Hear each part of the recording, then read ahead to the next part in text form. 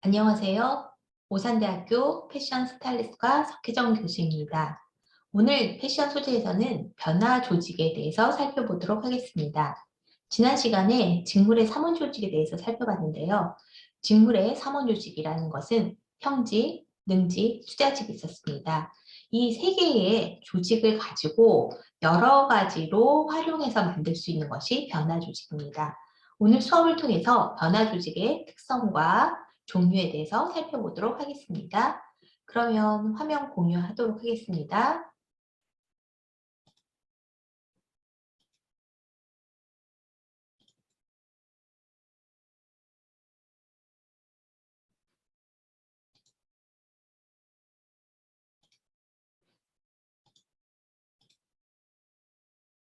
네, 직물의 변화 조직 교재 23페이지서부터 35페이지까지입니다.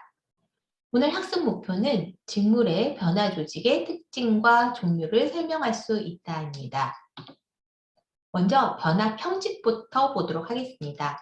평직 기억나시나요? 네, 위사와 경사를 한 올씩 교차해서 만든 직물이었는데요. 변화 평직이라는 것은 이렇게 한 올씩 교차하는 것이 아니라 여러 올을 교차하는 것입니다. 변화 평직의 가장 대표적인 직물은 두 가지가 있습니다.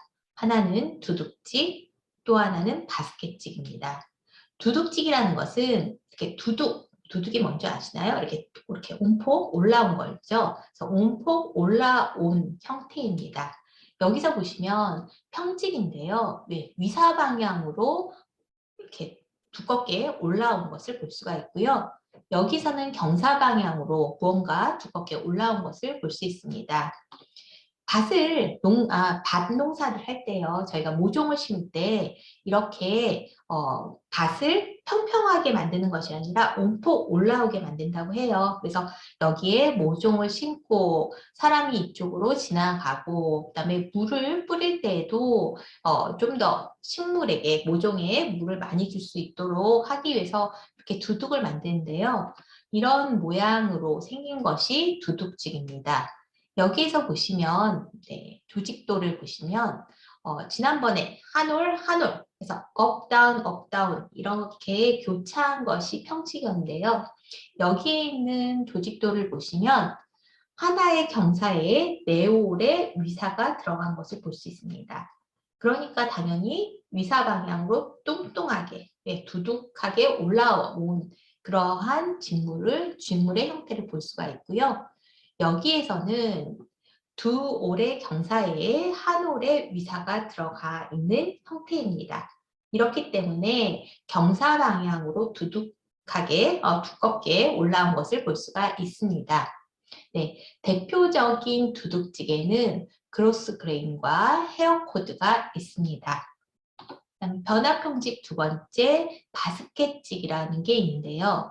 바스켓직은 한 올이 아니라 한 올의 경사와 한 올의 위사가 이렇게 교차하는 것이 아니라 두 올 이상의 경사와 위사가 교차하는 직물입니다. 그래서 평직에 비해서는 훨씬 더 부드러운 그러한 촉감을 가지고 있는데요. 대표적인 직물로는 옥스포드와 홉셋이 있습니다.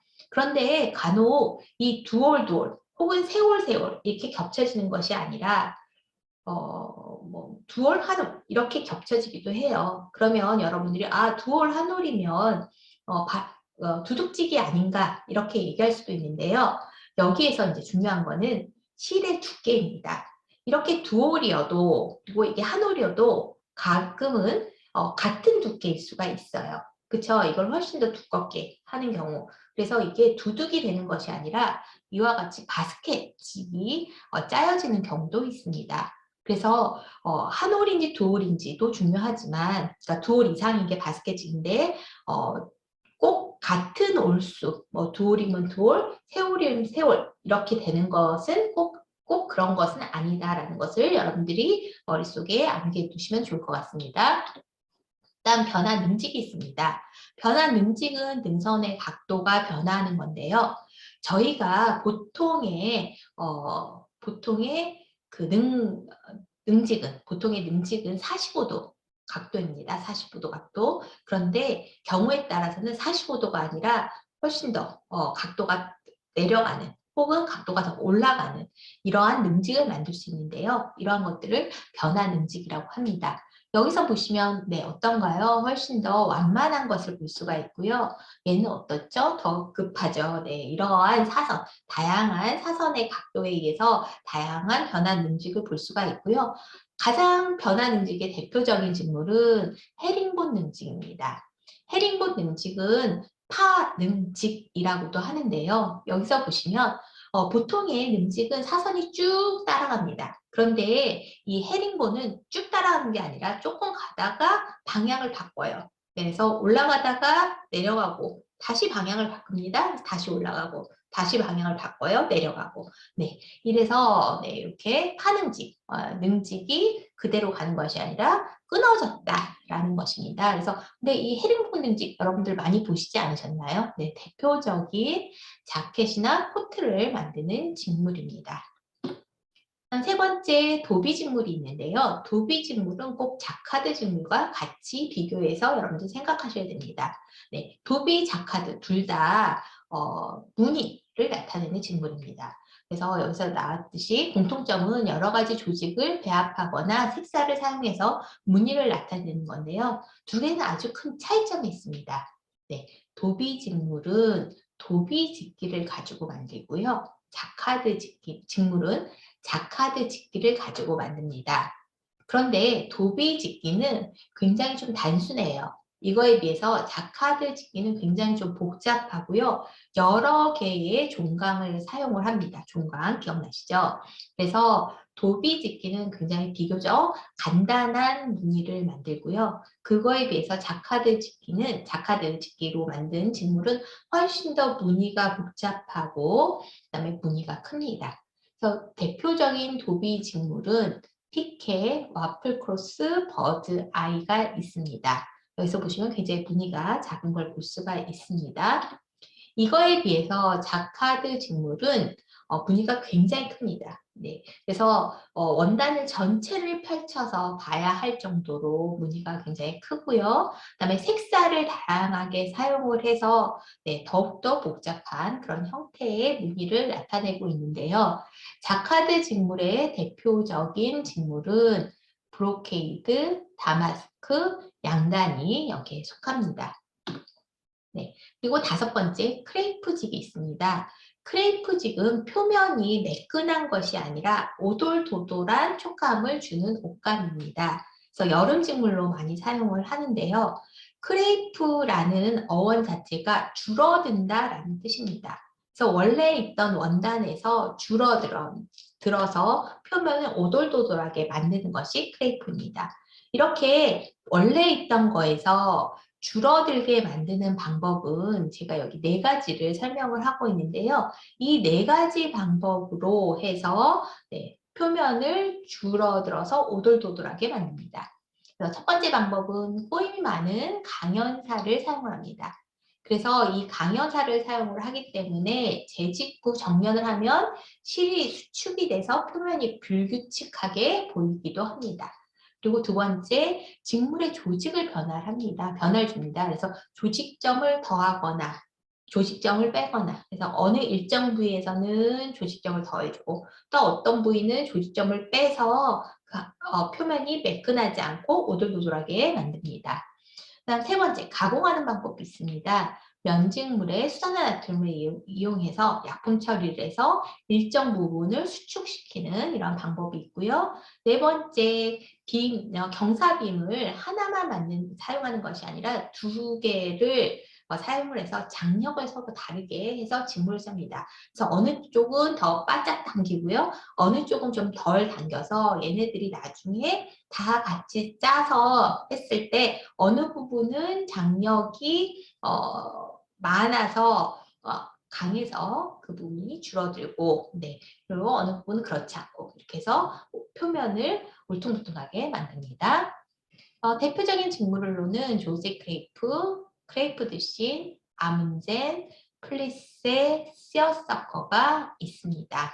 아주 대표적인 여름 식물이고요. 저희가 이 표면이 오돌도돌하다 보니 저희가 이 피부에 닿지 않고 살짝 떠요. 그래서 여름에 땀이 나더라도 이렇게 피부에 딱 달라붙지 않기 때문에 조금 더 청량한 그런 감을 느낄 수가 있습니다.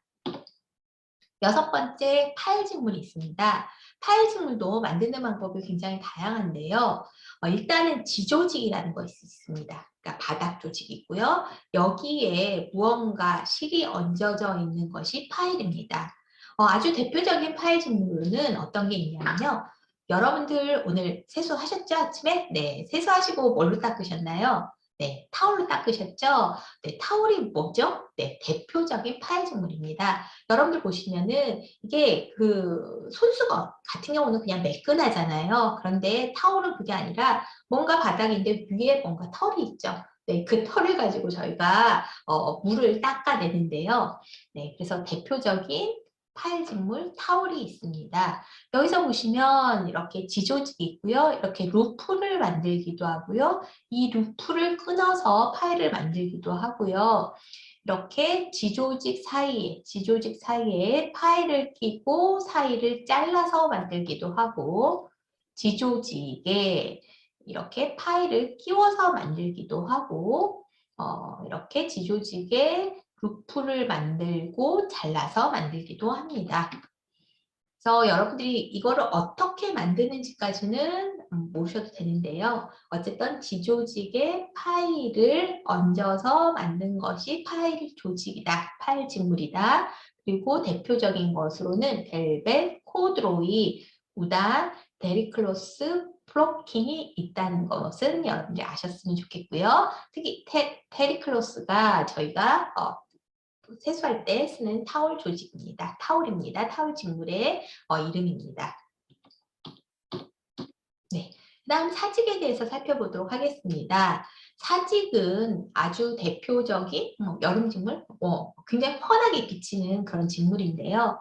위사가 있고 경사가 있는데 이때 경사 한 올이 이렇게 휘어감는 이런 형태입니다. 그래서 경사와 위사가 있는데 경사 한 올이 휘어져서 경사를 또 휘어져서 감는 이런 형태인데요. 대표적으로는 거즈가 있습니다. 네, 거즈. 어떨 때 쓰는 건가요? 굉장히 얇은 직물이죠. 그래서 저희가 뭐 여름에 여름 직물로도 사용하기도 하고요. 저희 뭐 어디 상처 났을 때 감싸는 그런 용도로도 사용을 합니다. 아마 보시면 구멍이 숭숭숭숭 뚫려 있는 걸 볼 수가 있고요. 네, 이런 조직들을 볼 수가 있습니다. 다음 마지막 여직이 있습니다. 여직은 평직과 사직의 배합인데요. 한번 보도록 할게요. 여기서 보시면 이 세 올은 평직입니다. 그래서 보시면 up, down, up, down, down, up, down, up. 네, 평직이죠. 평직인데 이렇게 평직으로 잘 가다가 한번 중간에 경사가 자기들끼리 교차를 합니다. 네, 여기 교차하는 거. 조금 전에 보셨죠? 네, 여기. 네, 사직에서 보셨죠? 네, 교차를 하고 다시 또 평직을 짭니다. 그러다가 다시 또 교차를 하네요. 또 다시 평직을 짜는 이러한 형태인데요. 대표적인 직물로는 향나가 있습니다. 이거 역시도 여름 직물이고요. 보통 비치는 경우가 많고요. 또 다양한 무늬를 만들 때 사용하기도 합니다. 네, 이렇게 해서 저희 오늘 동영상에서 다양한 변화 조직에 대해서 살펴봤는데요. 네, 어떠신가요? 좀 너무 복잡하고 너무 다양한 그 직물 이름이 나와서 좀 아마 헷갈리실 것 같기도 한데요. 저희 수업 시간에 좀 더 차근차근 살펴보도록 하겠습니다. 여러분 수고 많으셨고요. 다음 수업 시간에 만나도록 하겠습니다. 네, 안녕히 계세요.